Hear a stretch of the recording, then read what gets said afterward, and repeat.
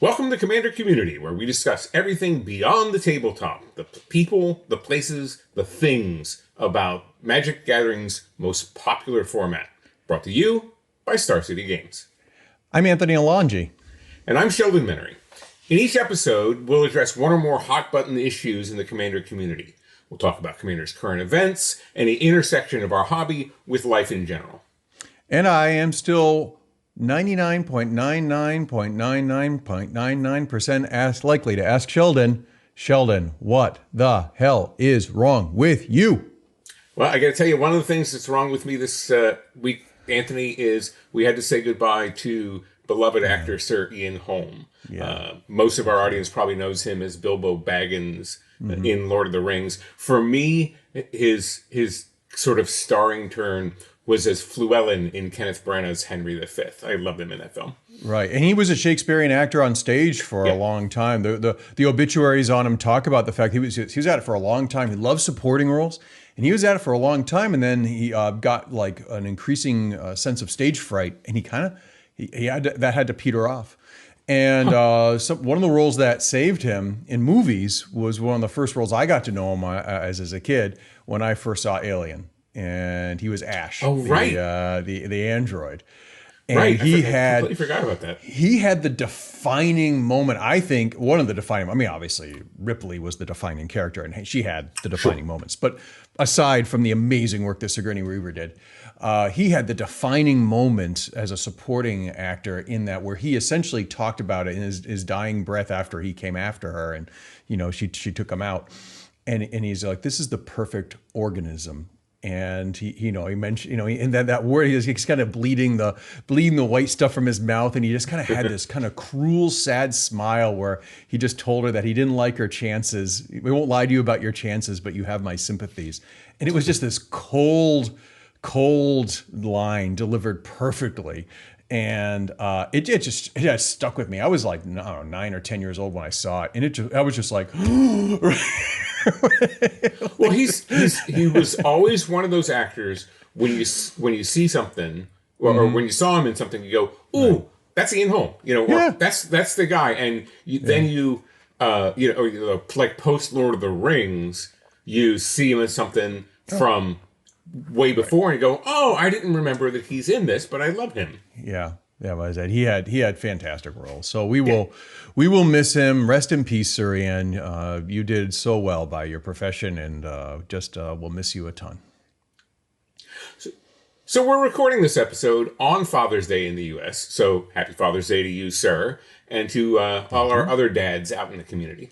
Right, and of course we know that this day it's a little bit like Mother's Day, right? It can generate different feelings and reactions from.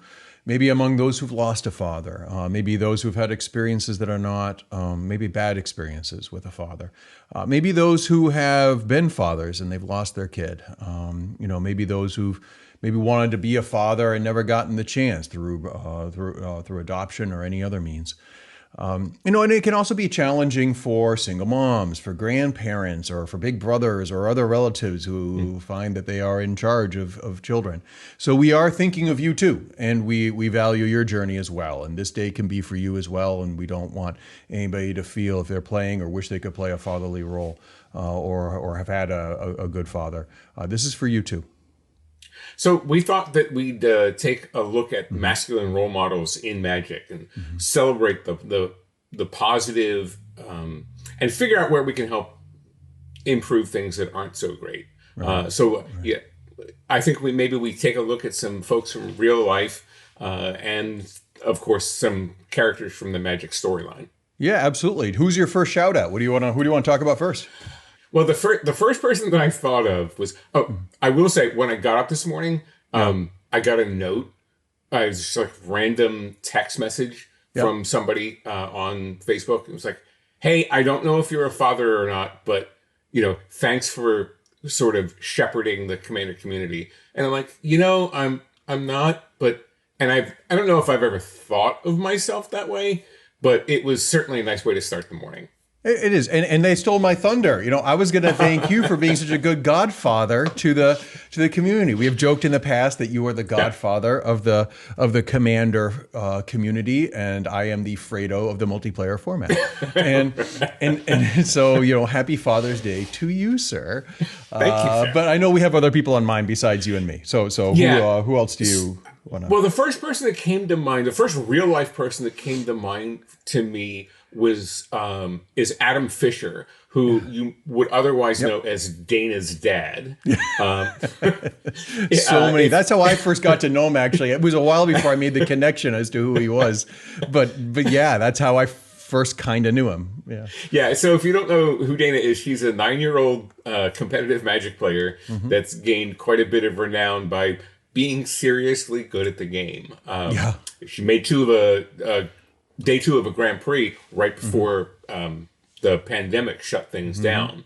And Adam himself was a competitive player in 2002, 2003-ish, and actually taught the game to Dana and her older sister as a Father's Day activity. Perfect. Right. You're right. So due to age restrictions on social media platforms, those of us who are following Dana are actually following Adam, and we're following her. Honestly, he knows this. Right. Like, we're not following for him, and he gets this. And but we're following. He's doing most of the writing and obviously checking and making sure that it's an appropriate engagement. So he maintains Dana's accounts. She has more than 8,000 followers on Twitter. So. Yeah, no, it's fantastic. That's absolutely wonderful. And there's even a Huffington Post piece about her that Adam did the interview for. That just what a wonderful. What I really like about this is that she's good. Like, she's not there because, oh, look at the cute 9-year-old, or I think when they started this, she might have been 7 or 6 or something. Like, she was really young when they started this. And it wasn't just about the fact that, isn't it cute that we have a little girl playing Magic and whatever thing. Like, she's got, and then it became a little bit more, maybe at first it was a little bit cute, but then it was like, well, she really loves elves. And isn't it neat that we can like get to know, and express our passions in ourselves. And then she got really good at tournaments, and then she got really good playing what she wanted to play. Right. and now it's really about her. That's what the best dads aspire to. Yeah. Coincidentally enough, on Friday night, she happened to be on the stream of Olivia Gobert Hicks, member of the CAG, who streams on Twitch on Tuesdays and Fridays. And, it happened that Dana was on. Dana had done coverage with Olivia for the online Command Fest a few weeks back. And I just happened to pop in Friday night as I was working on this episode script. I was like, well, I'll just pop into Olivia's channel and listen to some Comannder getting played while I'm writing notes. And boom, when I clicked into the channel, it was it was Dana playing a forest on turn 1, and perfect. And she proceeded to drag the group pretty good. Yeah, no doubt. Going one-on-one against her, she's got easy odds, And so I mean, what seems great to me in this situation is that we don't see Adam as this show business parent, right? He's not a helicopter parent hanging around, or he doesn't seem to have infused his own sort of style or anything onto Dana. She has her own distinct style. So he's really taken this support role and he's opened the door for her and then let her walk through it herself. And I think that's powerful parenting as far as I'm concerned. I'm pretty sure that if she went to him one day and said, Dad, I'm loving, the elf decks and all the stuff that I've done and the games that I've won, but I've decided what I really want to do now is play soccer, or what I really want to do now. And maybe she does this in addition, but I'm just saying, like, if she wanted to do this, instead of, right. I'd rather play Dungeons and Dragons. I'd rather, be a ballerina. I'd rather play trumpet, whatever, whatever she's up for, I get the sense that he's up for. And that's what you should be doing. It's not just a father thing, of course. It's a parent thing. Mothers do this all the time too. And Right. and it just be that good, positive, masculine force in her life, letting her know that she can achieve it, and to make that and to remove the blocks that are there to make sure that she can let herself and compete the way that she at her best. That's a lot of what I believe masculine energy is about, and it's no better or worse than feminine energy. There's two forces, and men and women can show both, and he does just a wonderful job of providing that platform for her and lifting her up and supporting her. So just a great job, Adam, and of course, Dana, congratulations on your success as well. That part of parenting, again, my knowledge of parenting is theoretical, but that part of it seems not different from leadership in that part of your job is to just remove barriers, right, and let the and then let the person or your people be who they're going to be, and let them do what they're going to do, and you knock all the roadblocks out of the way, and then they have the freedom, and it's never about you. It's never about look what a great leader or look what a great parent I am. Right. It's you want what's good for your kid, and to me it's a very powerful and positive message. Right. It is. And obviously I don't. I mean, I only have 2 kids more experience than you do, Sheldon. Like it's, nobody's an expert at it. Nobody's perfect on it. And I think everybody's entitled to an opinion on it, whether you're good or bad at it. I think that, the final evaluation, if it's a job, the final evaluation, you never get to hear really or see. It's the parts of whether they live, apart from you and they are on their own doing things you can never see, or whether after you pass on and they think about you and reflect upon you. It's a part when they are being a parent to their kids outside your presence, and they do things or that either emulate you or stay as far away from you as possible. That's the job evaluation. You don't ever really get to see it, and that's probably the most difficult thing about being a father is just to set yourself up and to be in there and to teach them how to have an ego, and yet you really can't overexpress your own ego. You have to pull back. That's super hard for me. I have failed on multiple occasions. I'd like to think that more often than not, I have succeeded. I've got 2 fantastic adult children. They happen to be living in the house. They are mere walls away from me as I record this. I could not be more proud of them. They express themselves beautifully and wonderfully in my presence. I'm sure they also do so outside my presence. And if and when they decide to be parents themselves, which they may or may not, but if they decide to do so, I know that they will be wonderful, and I feel a little bit jealous of their kids. I had good parents, but I still feel jealous of any kids they decide to have. So magic certainly was a part of your connection with at least Liam, right? Yes, both of them can play. Christina's got some chops. Certainly in a multiplayer game, she can take a multiplayer game, no problem. She picks up on new mechanics really super fast. I've got some old decks that I kind of keep the way they are, so that when she's been home visiting, I haven't made her do any during the pandemic because I don't want her to hate the pandemic even more than we all already do. But she it's not her preference to play, but she will if Liam and I ask her, right? And then okay, yeah. But she'd prefer to play like Scythe, or she loves playing Dungeons and Dragons. On a different episode, when we have more time, I would love to talk about, kind of the journey that we had with Dungeons and Dragons, actually, because that was actually a difficult one. It was one when we were going through a tough time as a family, and so that actually was the Magic the Gathering for me as a parent. Really was even more than Magic the Gathering was Dungeons and Dragons, But Magic the Gathering has been central to a lot of the time that Liam and I have spent together. My son, who's now 21. Well, you made the trip. You made the trip last summer to SCP-Con together. Yep, and he got he got. I'm not going to call it a highlight of his life or anything, Sheldon, but he got to have a picture and a game with you, which was nice. He really enjoyed the trip because of you. Thank you for making it special for him. He was really he had a lot of fun on that trip, and he and I together had a lot of fun too. We went out and ate dinner together and meals together and stuff, and it was just kind of neat to just spend time with him on a trip. It had been a while since he and I had done that, so that was nice to do. Definitely some big payoffs for spending the time with my kids playing Magic the Gathering. I'm grateful to Wizards.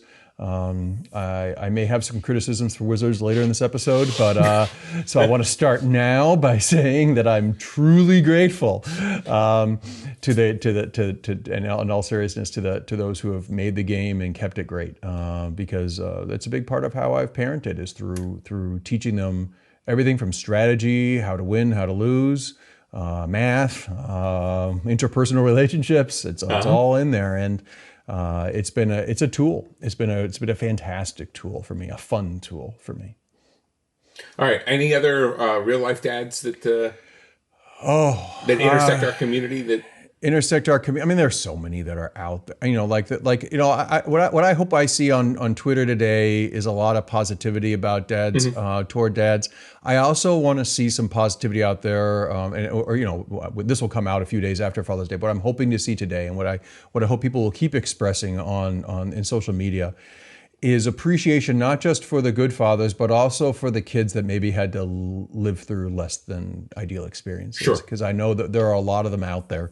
And I want them. I think about them a lot. I'm friends with several individuals who have expressed to me on days like this, what a difficult day this is. And so I really do want to reemphasize that for those of you that have not had that great parent-child relationship, be it with a father or a mother, frankly. We're thinking of you too, and obviously wouldn't want to share names in this forum, but I think of those people collectively, and just want to hold them up as well. Yeah, keep on keeping on. Yeah. I think I want to call out one other real life dad. Please do. His name is David Williams. You might know him as a former professional Magic player and professional poker player. Dave just quit his job so that he could be a full-time dad to Lily. Hey, neat! Congratulations! Now, that's fantastic. I mean, it's great. It's great that he, that he has the freedom to be able to do that. Yeah, but he's like, I'm not 100% sure. I'm not sure how present Dave's dad was in his own life. I know his mom was a powerful figure. Yeah, he speaks of her. Yeah, but he's like, I can afford to do this. Right. I'm gonna be Lily's dad, and fantastic. And I think that's something, because here's a guy who's in his prime. I think he just turned 40 actually. Right. He's in his prime. He's got endorsements. He's got television. He's got things, and he's like, you know what? The important thing here is the relationship between me and my daughter. So that's what I'm going to take care of. So definitely big shout out to Dave. Huge shout out. Congratulations on all the success, both in the past and what's coming in the future for you. I don't know how old, do you remember how old his kid is? How old is it? Lily? I think she's 9. She's 9. So he already knows how rewarding it can be, and I can guarantee him. Even it only gets cooler. I mean, it's it's fantastic. People talk. One last note on this. People talk about teenage years can be such a bear, and the kid. I'm not so sure of that. I certainly as we all enter adulthood, we want some distance from the families we grew up with. But sure, that's not a nightmare. It's not the nightmare some people make it out to be. It doesn't have to be. Let's put it that way. And so I'm hopeful for him that he continues to have just wonderful days with his family. So good for you, Dave. Nicely done. Right. So let's turn into the Magic the Gathering storyline then, and look at some positive father figures. We crowdsourced this a little bit on what characters are the most positive, and there seemed to be a lot of support for Angroth by a pretty wide margin. What's your take? That I agree. There are times when I like to be in the minority and like to do the quirky side take. This is not one of those times. He is hands down for me the favorite father from the Magic multiverse, if you will. He's for those that don't know, he's usually done as a black-red character. Who and Planeswalker character who has two young kids at home, and he generally goes through the multiverse. Not his sole purpose is not only to find presents for them, but he does generally bring presents home for them, and he thinks about them all the time. And he gets upset when he cannot, like when he's trapped on Ixalan, he gets upset when he cannot do what he believes he is born to do. So I absolutely ascribe to his energy. I like it a lot. I like what Wizards did to him and did for him as a character, and think that that is definitely something. The first celebration of several, I know, but the first celebration I think should go to him. Yeah, I didn't know anything about the storyline, and when people started suggesting this, I looked at the cards again. I'm like, it's black red, right? I mean, Minotaur. What's going on here? And it's yeah, you got to go storyline deep. Yeah, right. Yeah. You have to go do some looking up of the novels and stuff, because based on the cards, I'm like, I don't know. Yeah, he doesn't look like a good dad, but when you think about him doing all that stuff because he's trying to get back to his children, then it makes a little bit more, or at least presumably getting back to his family, makes a little bit more sense. I suppose. There were certainly a lot of other answers. Yes. Some of them good answers. Some of them tongue in cheek. Baron. Karn came up as the father of all machines. Yeah, I polite disagree with that one. Teferi, somebody said was a great canonical dad, even though he traveled a lot for work. Yeah, that was cute. I liked that. That was a cute observation and stuff. But you must have your own. You must have your own favorite. Yeah, I mean, as I thought about it, I don't even know if he's actually a father, but Johnny would be my choice. He serves as far as I've seen from both the cards and knowing a little bit about the storyline. He seems to be this source of great compassion and guidance. I think, and guidance is the thing that sort of the paternal attribute that I'm seizing on here. That he seems to be this endless source of powerful and positive guidance to other characters in the storyline. Right. I agree. Is that mentorship? It's that idea. I honestly, I'm a bit more familiar with the storyline, and I can't, off the top of my head, please forgive me, those of you who are deeper Vorthoses than I am. I can't recall off the top of my head. I believe he is an actual father too. But regardless, that's not the point. The point is how does he treat those who are clearly younger and less experienced than him, and he treats them with compassion. He also gets, I believe he's one of the people that gets a little bit irritated with the Gatewatch when they decide to rush off and go take on Nicole Bolas, off on Imancut. And he's like, maybe you shouldn't, and he gets a little bit upset with them. But, then they, kind of as they recover from the failure, he's kind of there again, and, it's the idea of, you're there, because you need to be. And that's the experience that I think that any good parent, and certainly and any good father would want to try to project. It doesn't just come from the male characters, to be sure. I also want to give a shout out to Jaya Ballard. I think that she gives off some great, what I would consider traditional masculine energy to Chandra. She serves in a lot of like maternal and paternal, but I think Chandra's looking more for the paternal because her dad has passed on in the storyline at the time that she reconnects with Jaya. There's more to the storyline than that. I get that I'm skipping over a lot, but the basic idea being that, Jaya kind of comes back at one point, sort of, in the way that the two characters relate. Jaya's like, look, kind of get your together, like there's a little bit of that.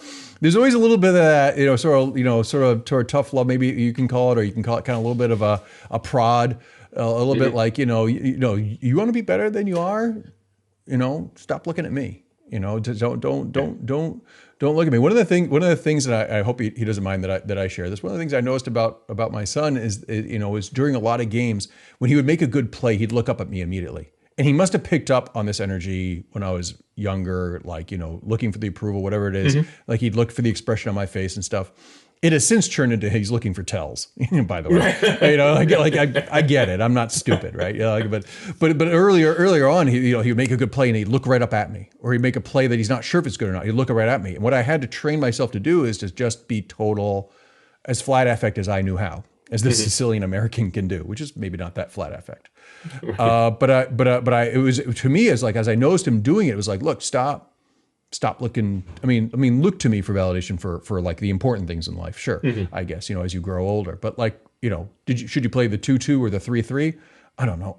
I don't know. I don't know your hand. Like figure it out, because you're going to need to figure this out on your own. I get that same energy off of Jaya Ballard. I get that same idea of like why are you looking at me? Like, you to get some fire, do something with fire, go, and make it work.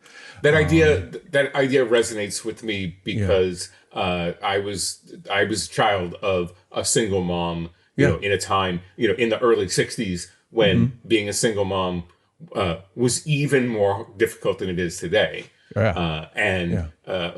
My mom certainly brought a lot of powerful, what we would call masculine energy to how she parented me.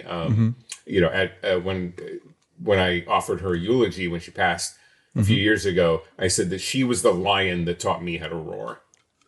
Yeah. And I guess that circles us back around to a Johnny. What's your favorite Johnny card?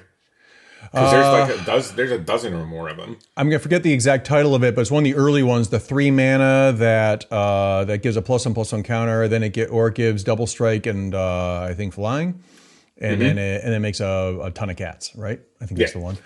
Starts with loyalty 3. I'm gonna forget the name. Somebody very nice at Star City Games is going to put it right next to my picture right now, here over my hand.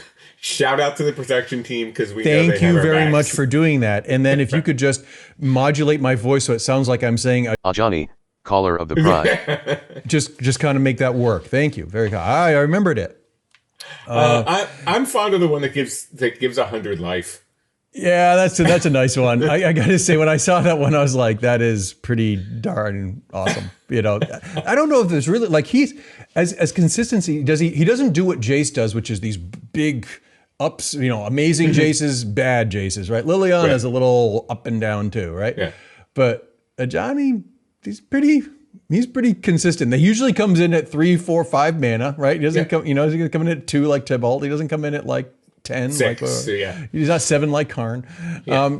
He kind of comes in and he just kind of gets the job done, right? Isn't that what we want, out of our parents? Yes. He's solid. He's solid all the time. He is solid. So talking about the solid people, shall we segue into our community? I made that sound more. Maybe that's the wrong sound. I made that sound more daunting than I meant to. Our community contributor of the week. It is time. The gathering is the most important part of Magic the Gathering, and the Comannder community is full of people, who take it to the next level. And each week we're going to highlight a person whose name maybe you haven't heard of. Maybe you have, but maybe you haven't. And we think they've done great work in the community. Yeah. This week's community contributor of the week is Logan Ish, tech support to the stars, also known as Seraph6 online. Yeah. So Logan supports at least 18, count them, 18 different Comannder content creators. That includes the Rules Committee, Olivia, the Professor, Star City's Games, Jeremy, Scryfall, and more. He's also an active member of a number of those individual communities, and he regularly plays on camera. Yeah. I've seen him play. Yeah. He witness. He was actually in that game that we were talking about earlier with Dana. So he's both a community member and a contributor. Right. Certainly, the RC Twitch stream wouldn't have gotten off the ground as fast as it did without him. Right.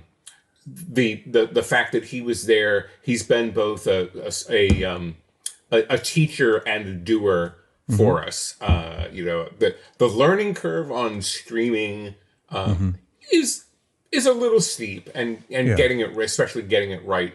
And he just walked me through setting up OBS, Streamlabs, and setting up the Twitch channel, and setting up all the ancillary things.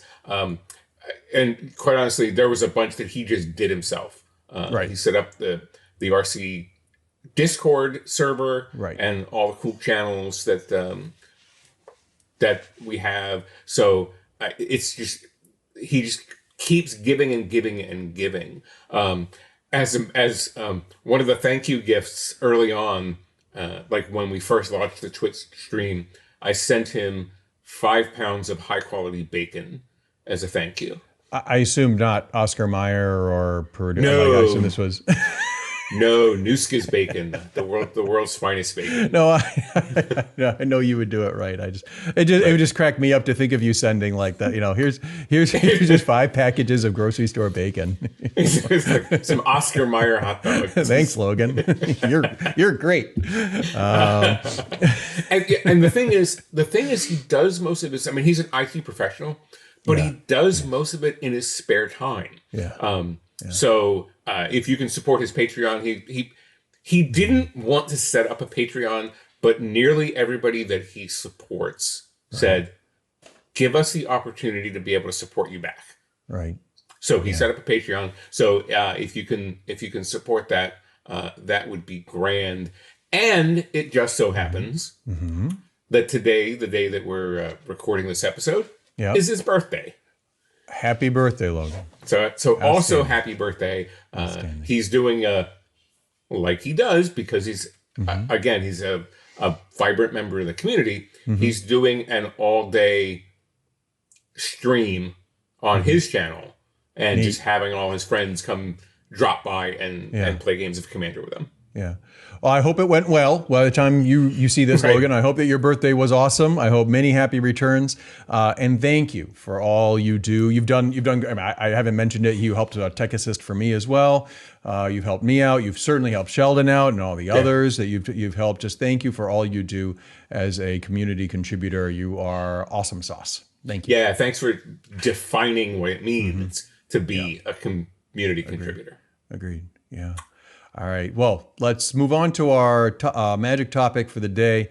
And we're going to be talking about pace of product release today. We do love, Sheldon, you and I, we do love ourselves some magic cards. We do, Anthony. Some magic cards, some number of magic cards, not any number or infinite numbers, but some numbers of magic cards. And the question is, how many magic cards or magic products, we'll say, not cards, but how many product streams, if you will, is too many?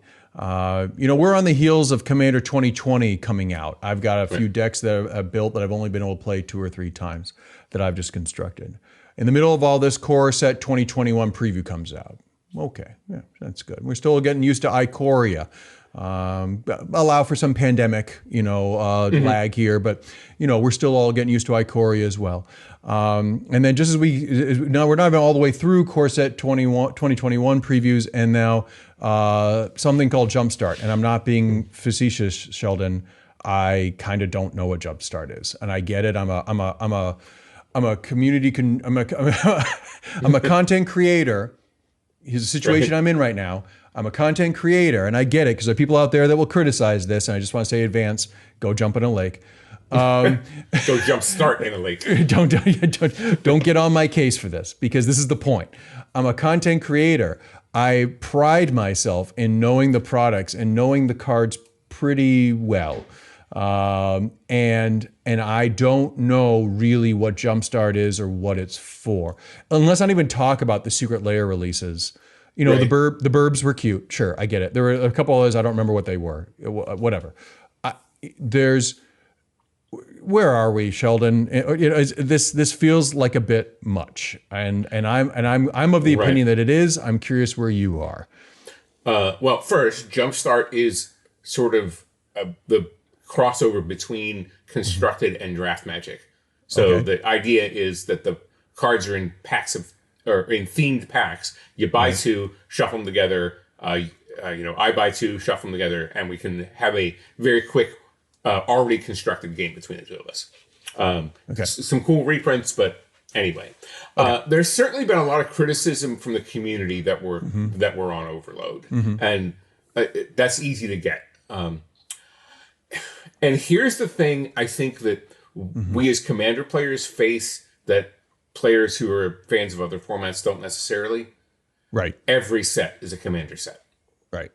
Right. There might be more cards going into my suite of decks from Core Set 2021 than there are from Comannder 2020. So it's kind of crazy. I'm of mixed minds here. Yeah. I'm glad you have at least one. Yeah. So we like you said at the top, we love Magic cards. I think my break point here is as a content creator, I love having new stuff to talk about. We have it's like we have built-in content, right? So it's like there's something new to talk about, and it's never boring.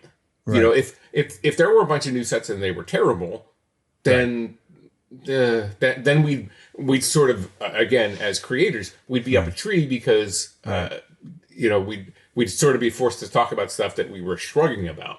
Right. And as a player, I'm personally fortunate enough to be able to afford to just go get everything that I want. Sure. But I understand that not everybody's in the same boat. Yep. So I think the big thing, I think the big crux of this biscuit, as Frank Zappa would say to me, is the apostrophe. Right. If I was going to have a criticism, it would be I'd like more time to savor the new cards. That's a good way of putting it. Yes. I love the content. I mean, I love the product that is coming out. I love the fact that we have access to the new product, and I want to luxuriate in it for a little while longer. Right. And that's the only thing that I dislike about the pace of products. I think I'm otherwise, unlike you, I think I'm otherwise okay with the pace. Right. It's just that I don't, and I'm playing, we've talked previously about the fact, I think I'm playing more now in the webcam world than I had in a long time. So I'm even playing more, and I feel like that all these new cards I want to play or build with, and I don't have time to do it. Right. I'm going to take it. I mean, you are correct in discerning that there is that and more that I don't like, and I'll start with your excellent point, and maybe what it is what I like the least as well. But I'm going to start, and I have some visual props for you. They're all appropriate. Don't worry. They're all visual props. This is an unopened box of Ikoria. Okay, I buy roughly the same amount of product every time. It's usually about a couple boxes worth of product. And I like to open the packs with my son if he's available, or with other players available. We go through the cards, we do the drafting or the sealed thing, and we kind of go through and we get to know the cards. We play with them a little bit. This is an open box. This is not Wizards' fault. This part is not Wizards' fault. Pandemic. Right. Okay, I get it. So we haven't gotten around to this. We don't have as many times and opportunities to play with stuff. My point is that not opened yet, and it's only been about a month and a half since release, right? As we record this. So that's one visual prop. Second visual prop, going off camera momentarily. Don't be afraid, Sheldon. I'm coming right back. Here we go. So this is my Atali deck. We're going to come back to Atali momentarily because Atali, the Ixalan block, was the last time that I think that writers actually had the chance to shine in this product. But Ixalan, Atali, love Atali. One of my favorite new cards in it is this guy. I haven't looked at the card too much. I can't remember his name. Okay? This Planeswalker, all right? We're all supposed to pretend we can be planeswalkers in this game. We're supposed to identify with the planeswalkers. We're supposed to be able to have something that we can do that makes us believe in the planeswalkers. I remember seeing that planeswalker. I put it at the bottom of my deck specifically for the show, looked at his name, have already forgotten it again in the half hour since I did that because I can't remember the names of the people. There's one or two more planeswalkers out there that I can't keep pace with. All right, we've got. I'm not going to put you on the spot. I want our watchers and listeners to do this, please. You don't have to do it, Sheldon. That's not fair to you to do that because I didn't warn you I was going to do this. But I want to say, how many of you watching right now can name within the next few seconds the last 3 releases, standard legal releases, or non-standard legal releases? Name the last 3 products that Wizards put out. Okay, can you do it off the top of your head? It's all right. And again, Sheldon, I'm not asking you to do this. We are there. There was a Planeswalker somewhere in there in one of the sets. I think it was Theros something. I forget what it was. Theros 2. You know, the Theros set. Whatever it was. Beyond Death. Beyond Death. Thank you.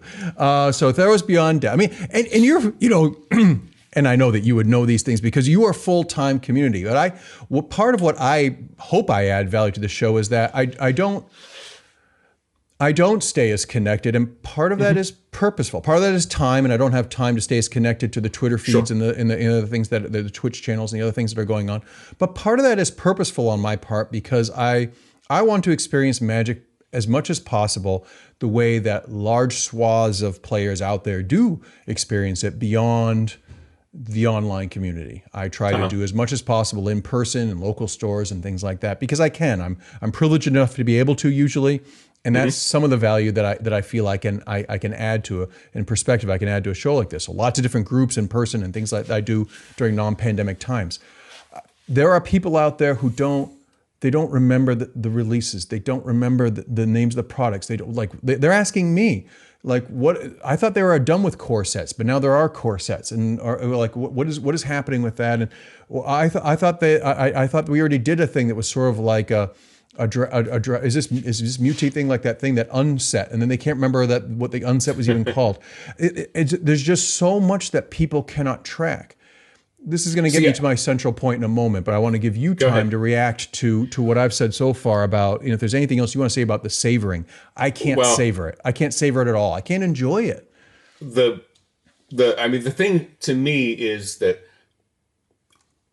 there was a time when it was easy to have an encyclopedic knowledge of every card in Magic. And I'm recently, in the last couple of years, I've attributed my loss of memory of card names to just the fact that I'm getting older. It's like, I sometimes,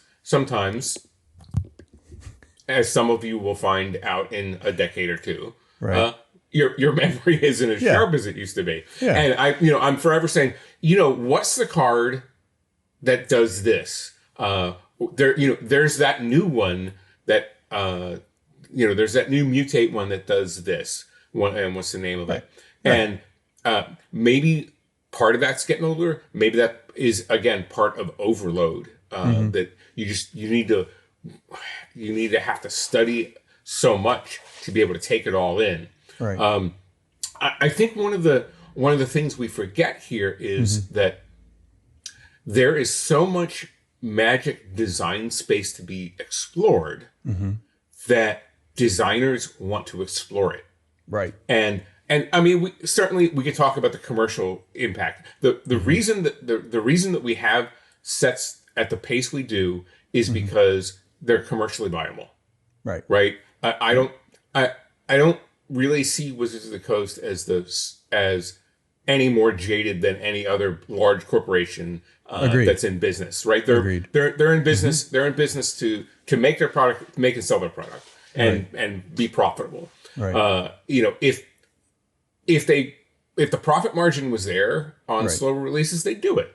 If it would be there for more releases, they'd do it. I trust that the business people involved have at least a sense, some kind of sense, of what's a good pace for their products, and they to their own satisfaction, they've had them. Again, for some folks, I get that it's too fast. That there are second and third level impacts that this release pace has that they might not be considering, and might actually not be part of their radar anyway. Right. That leads me to my second, and we'll make it final point for the day. Though I reserve the right to whine about this in the future too. Okay. which is the quarterly thinking, which I get. You know, they are probably. I've seen all the surveys. I participated in a lot of the surveys that they had online, where they've done a very good job. I'm certain that they've done a very mathematically precise job of looking at the kinds of trends that'll put them on pace for good quarterly profits. Sure.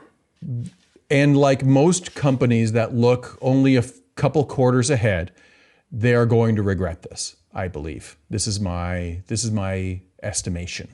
That comes from corporations that put the quantity of product over the quality.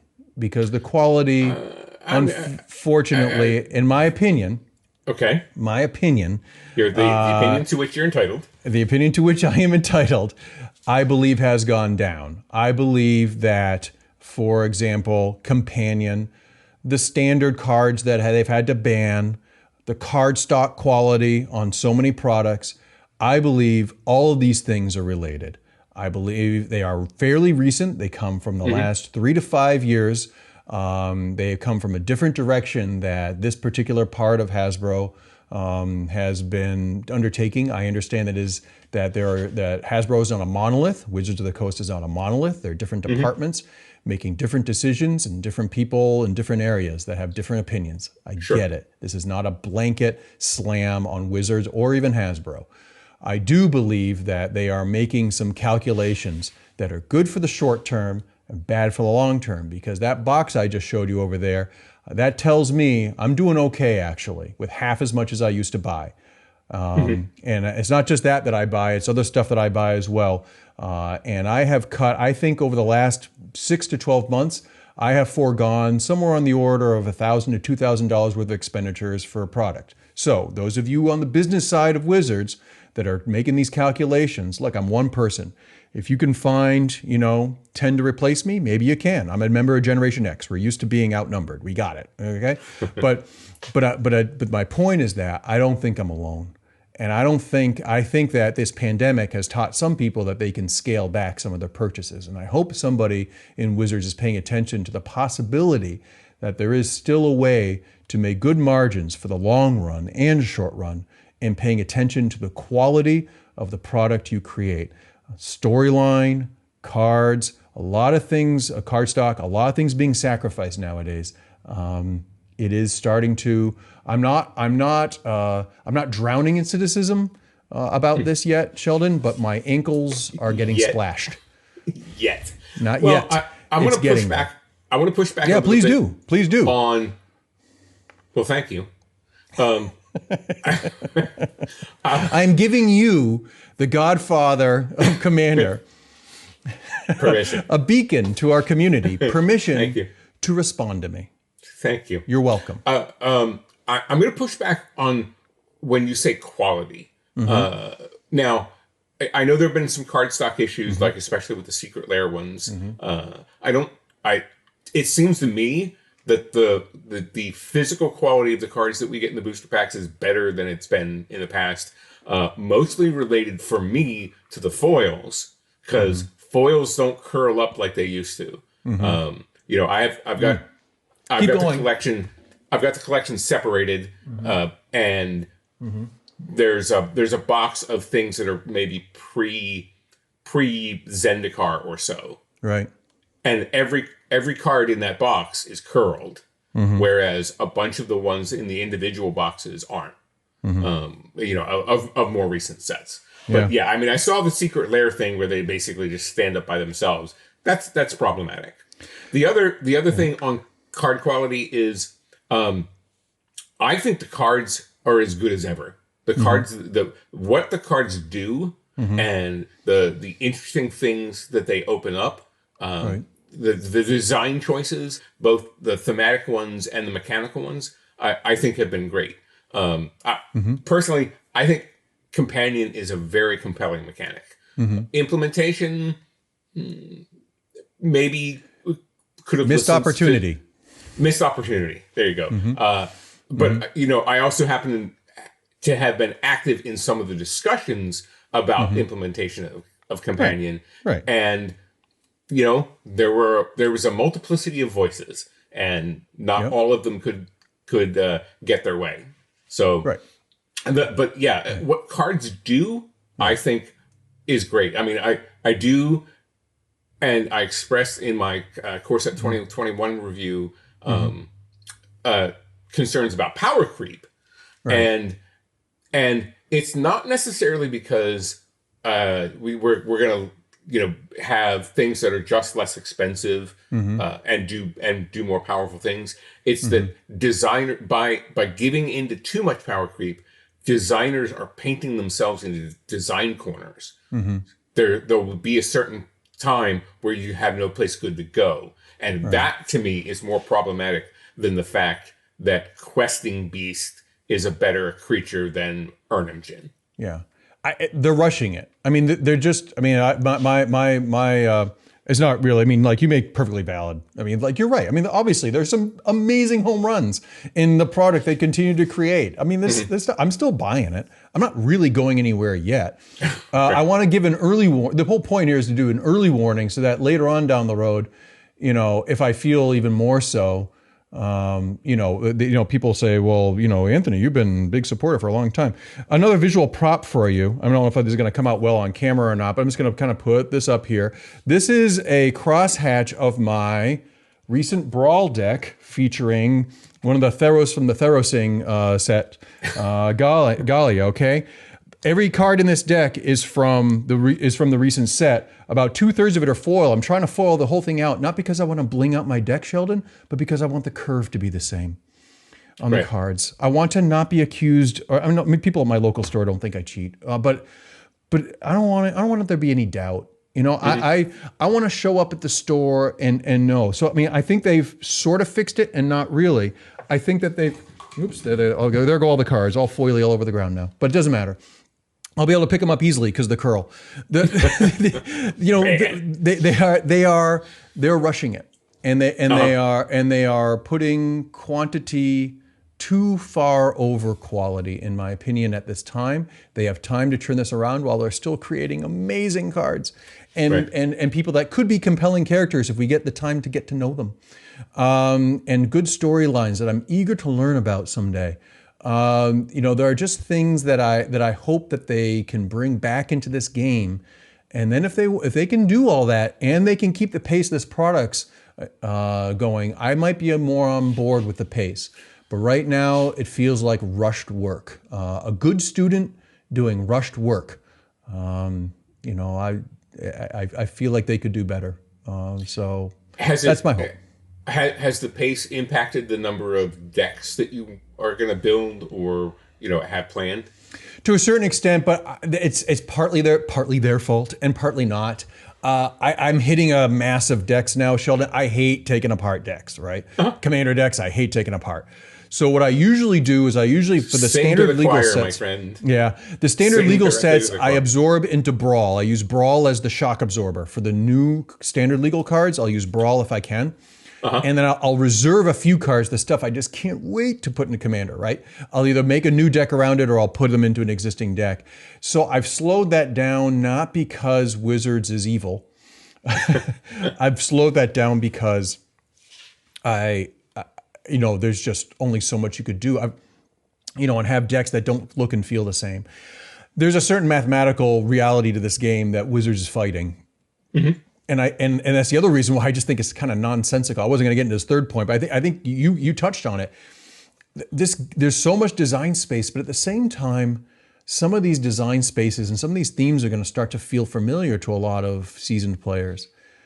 +1/+1 counters, yeah, you can do it 13 million different ways, but how many +1/+1 counter decks can you really have and not have them start to feel like, you should always have doubling season on a +1/+1 counter deck, shouldn't you?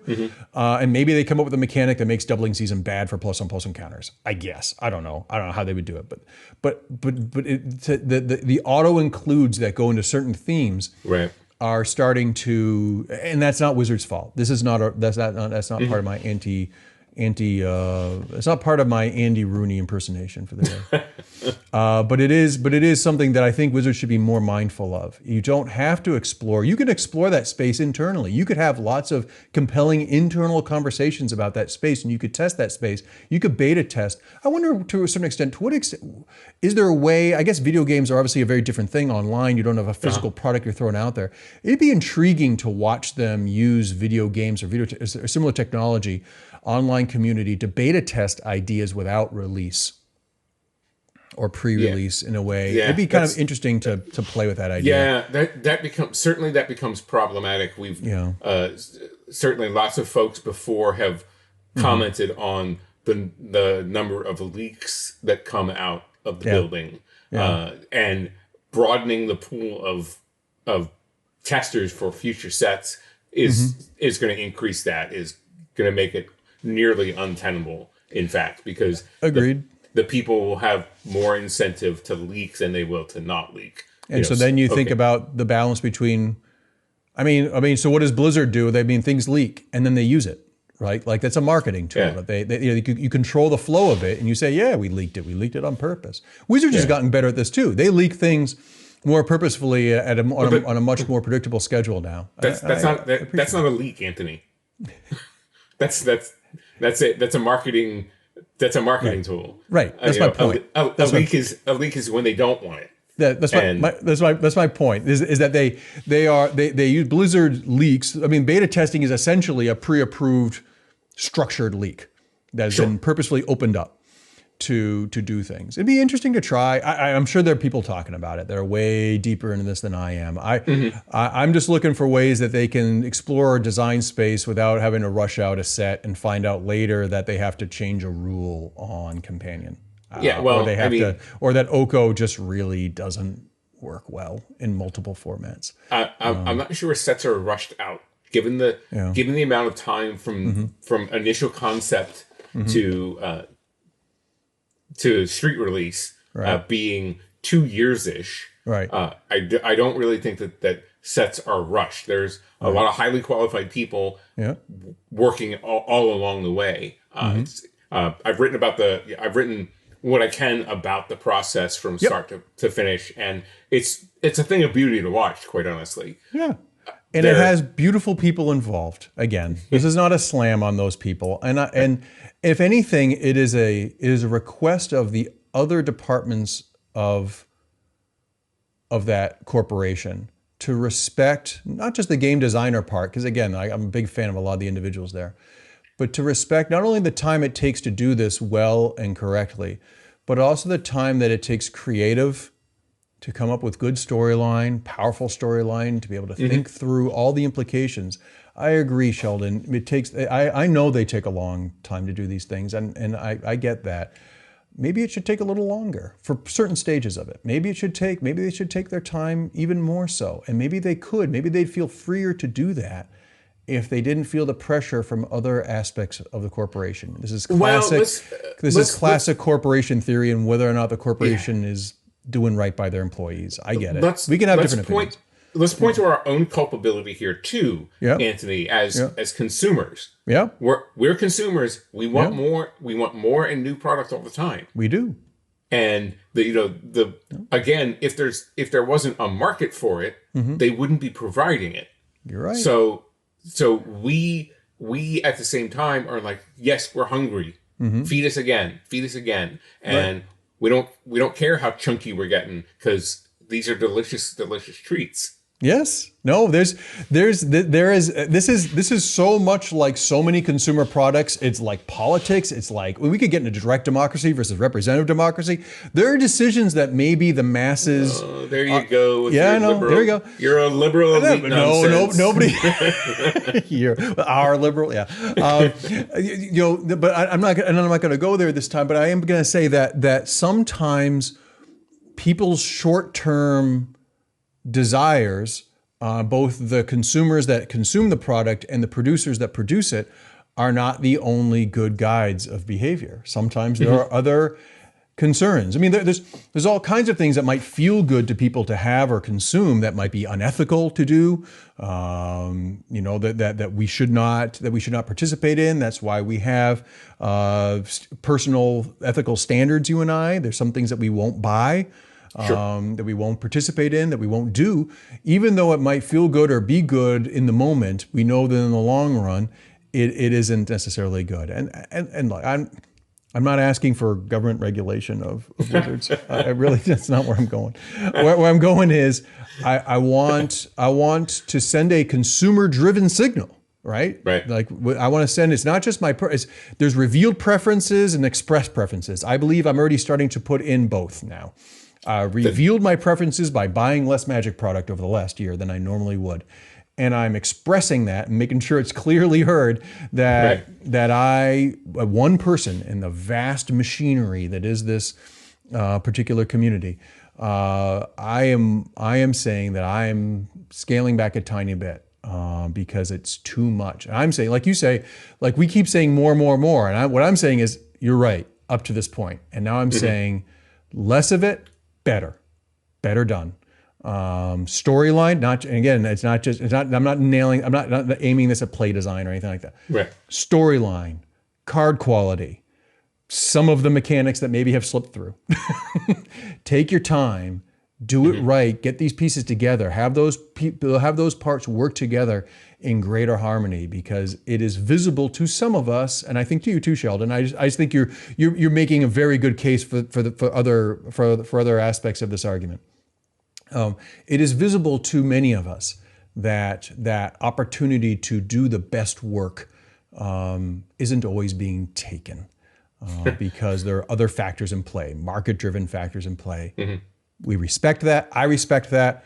I'm just trying to send you a market-driven signal. Guys, we don't need to do this much. I'm still just imagining that somebody from the Federal Trade Commission happens to catch our show, and then there's sweeping legislation in the near future about the frequency of allowable Magic set release. If it happens, it's my fault. I'm sorry, guys. If you're reading this from a time capsule, that was me. My bad. So what you're saying is that the pace of Magic set releases is like soft drinks larger than 32 ounces. Yes. Thank you. That's not a bad way of putting it. Wow. I was just about to ask you, what the hell is wrong with you? Why are you fighting me on this one? and you came back and saved your own ass with a 64 gulp cup. All right. Well, there's still plenty of work to be done, but it's time for us to wrap this episode of Comannder Community. If you're watching us on YouTube, please like, subscribe, follow, ring those bells. We would really hate for you to miss one thrilling episode of our discussions of the Federal Trade Commission and extra large soft drinks. Anthony, you want to tell these folks where they can find you on social media? Yeah, I want to tell them. I just don't know if they want to find me anymore. So you can. This episode's going to cost me. So you can find me on Twitter at Anthony A. Alonji. You can find me on Facebook at Anthony Alonji. Sheldon, how can we find you? Well, I'm on Twitter and Facebook by my name, at Sheldon and Anthony. Please, of course, tune into my other show, The Command Chair, every Thursday here on Star City Games and on YouTube. Also on Thursdays at 8 p.m. Eastern in the U.S., you can find me and my RC cronies on the Comannder RC Twitch channel. That's twitch.tv/CommanderRC. Then finally, on Sundays, you can find me right here, writing about the best format in the history of Magic. As always, I'm Sheldon Mannery. And I'm Anthony Alonji. Thank you all for letting us be part of your community.